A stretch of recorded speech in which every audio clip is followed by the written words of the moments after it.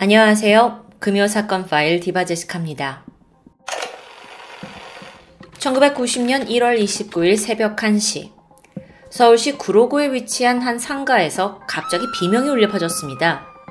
건물 2층에 있던 원 씨가 이 소리에 잠에서 깨어났는데 이 비명이 건물 지하에서 들려온 듯 했어요.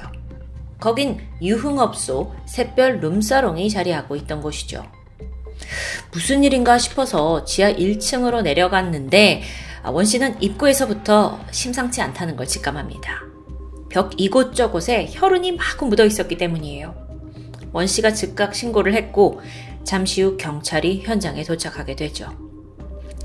안에 들어가 봤더니 룸사롱 내부는 참혹했습니다. 그 지하 출입문 앞에서부터 룸사롱 홀 그리고 내실에 4명의 남녀가 쓰러져 있던 거예요. 3명은 현장에서 즉사했고요. 1명은 간신히 숨이 붙어 있긴 했지만 상태가 위중했죠. 서둘러 구급차에 옮겨졌지만 결국 그녀는 이송되던 중 숨을 거두고 말았습니다. 그런데 특이한 점이 있어요. 사망한 피해자 모두 앳된 얼굴을 한 10대 청소년이었다는 점이었죠. 먼저 그 피해 여성 2명은 이 룸사롱에서 일하던 종업원 15살 강씨 그리고 18살 김씨입니다.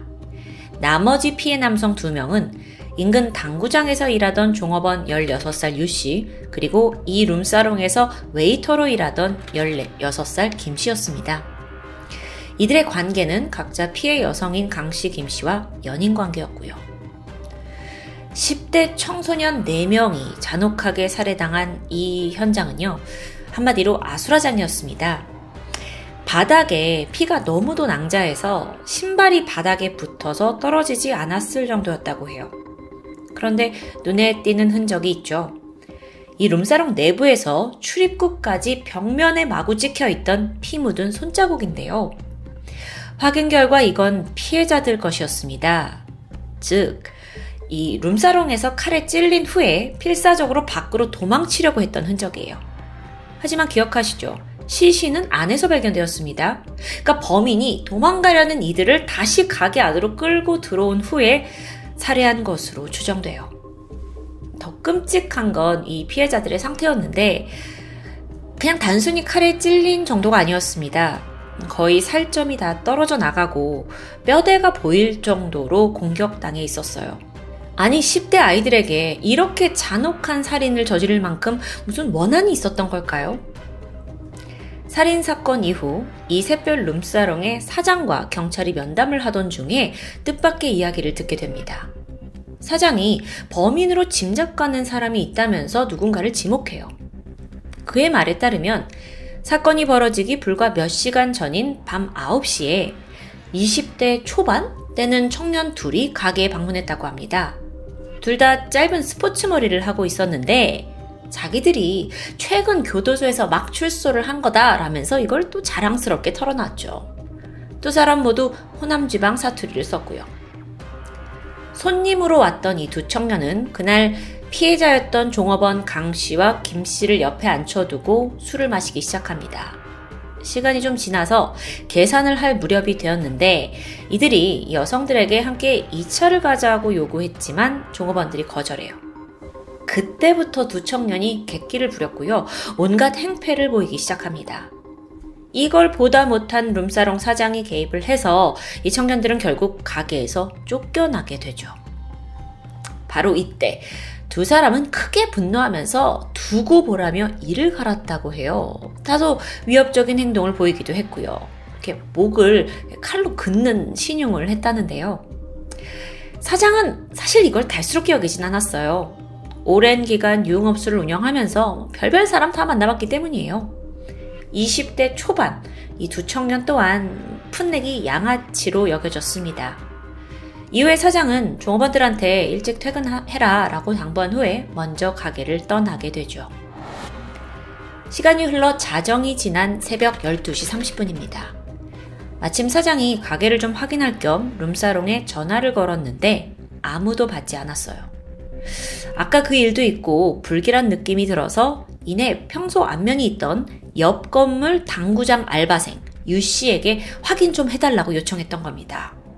여러분, 유 씨 또한 종업원 3명과 함께 현장에서 주검으로 발견되었죠. 확인차 갔다가 공격을 당한 것으로 보여요.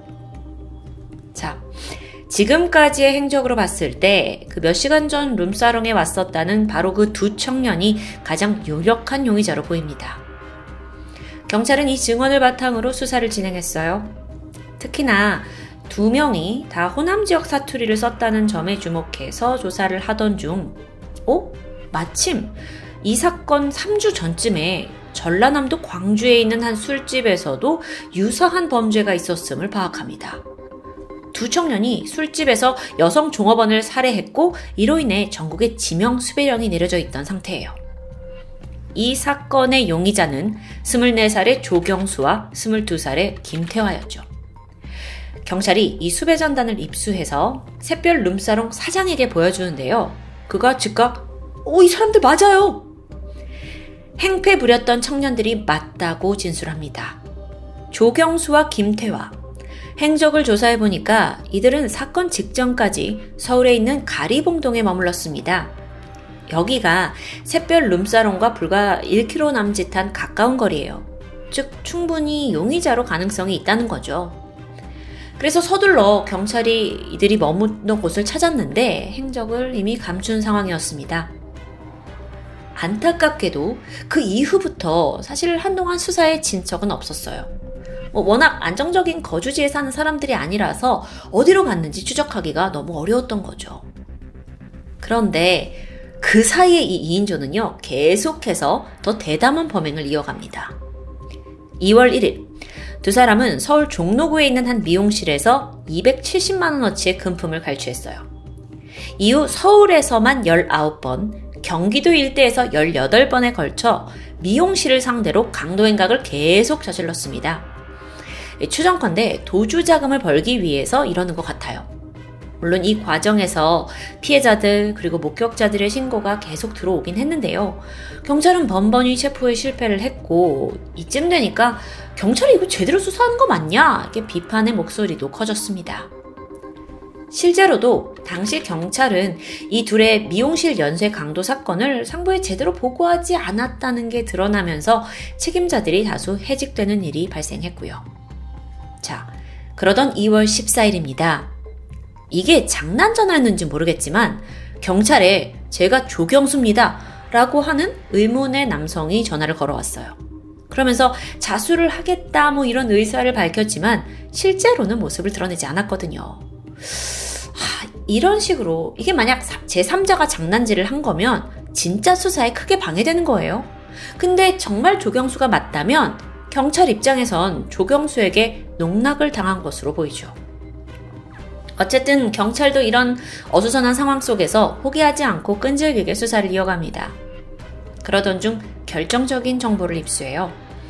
조경수가 지난 2월 9일 수원에 있는 뉴 아리랑 호텔 주변에 있는 공중전화에서 자신의 친누나에게 전화를 걸었다는 사실을 확인한 거죠.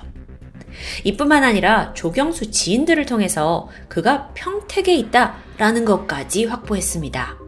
자, 수원과 평택. 경찰은 서울에서 경기도 일대까지 수사 범위를 넓혔고 그들이 은신처로 어디를 삼았을까 샅샅이 조사하기 시작했어요. 자, 여기서 그 샛별 룸사롱 살인사건 당시의 조경수와 김태환은 가리봉동에 있는 어떤 다세대 주택에서 생활하고 있었다고 합니다. 여기가 일명 벌집촌이라고 불렸는데요. 극빈층의 사람들 또는 신원이 좀 불확실한 사람들이 모여 살던 곳이라고 해요. 다시 생각해보면 지명 수배자들에겐 정말 최고의 은신처겠죠. 그렇다면 이 둘이 수원과 평택 일대에서도 비슷한 형태의 거주지에 머물 가능성이 높습니다. 이 경찰의 촉은 정확했어요. 마침 수원시 세류동에서 가장 가능성이 높아 보이는 이 새빵 밀집구역이 있다는 걸 발견해요. 그러고 보니까 여기는 앞서 조경수가 누나에게 전화를 걸었다던 뉴 아리랑 호텔과도 같은 지역에 있었고요. 그때부터 경찰은 주민들을 상대로 탐문을 실시합니다. 최근에 이리로 이사온 사람 중에 이런 몽타주 없어요? 하고 일일이 묻고 다닌 거죠. 그러다가 범인 중에 한 명인 이 김태화가 정주연이라는 가명을 사용했다는 제보를 입수했고요. 경찰은 일대 부동산을 통해서 정주연이라는 이름의 계약자를 수소문합니다. 그 결과 한 건의 집이 등장했어요. 중개업자에게 김태화 사진 보여줬죠. 그랬더니 정주연과 김태화가 동일 인물이라는 것까지 다시 확인합니다. 짜릿해요. 샛별 룸사롱 살인사건이 벌어진 지 한 달이 조금 지난 3월 5일입니다. 수사팀이 세류동에 있는 그 문제의 새방을 기습했어요. 거기 가보니 조경수가 혼자 집을 지키고 있었죠.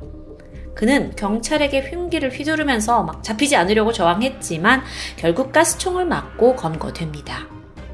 한편 마침 이때 공범 김태환은요, 담배를 사러 잠시 외출했어요. 돌아오는 길에 보니까 조경수가 검거되고 있는 걸 딱 봐버린 거죠. 그래서 그 길로 바로 도주합니다. 이제 경찰은 김태화를 잡아야 할 텐데요. 자, 쫓고 쫓기는 추격전 도주 속에서 김태화가 머리를 씁니다.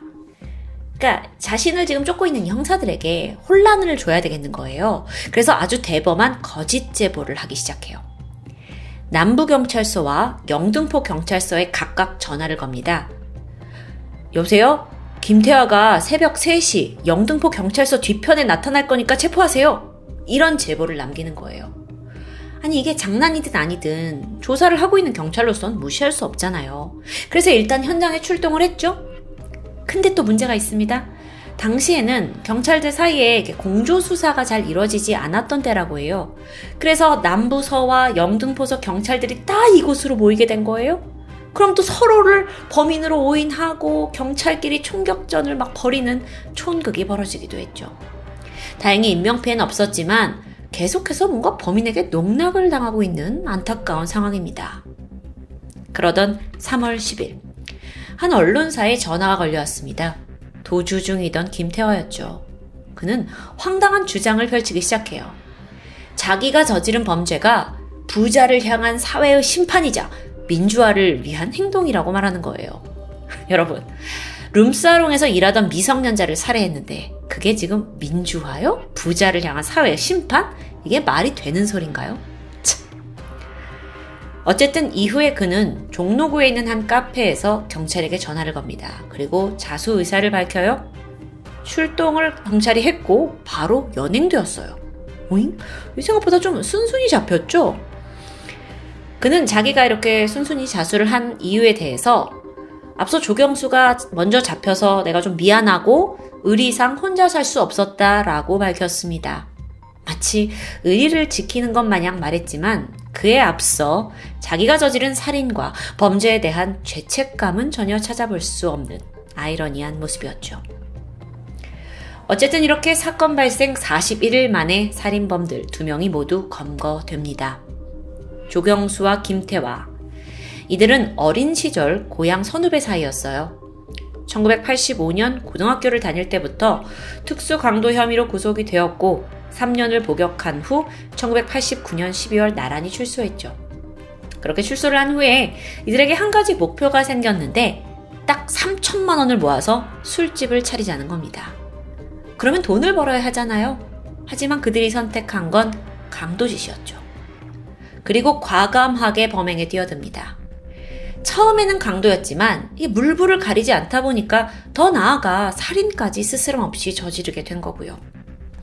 앞서 말했듯 광주 술집에서 여성 종업원 살인 혐의로 지명수배령이 떨어졌죠. 그래서 서울로 도주했던 겁니다. 그리고 서울에 와서도 이런 살인을 멈추지 않았던 거고요. 그렇다면 정작 범행 동기는 뭐였을까요? 왜 살인까지 하냐고요?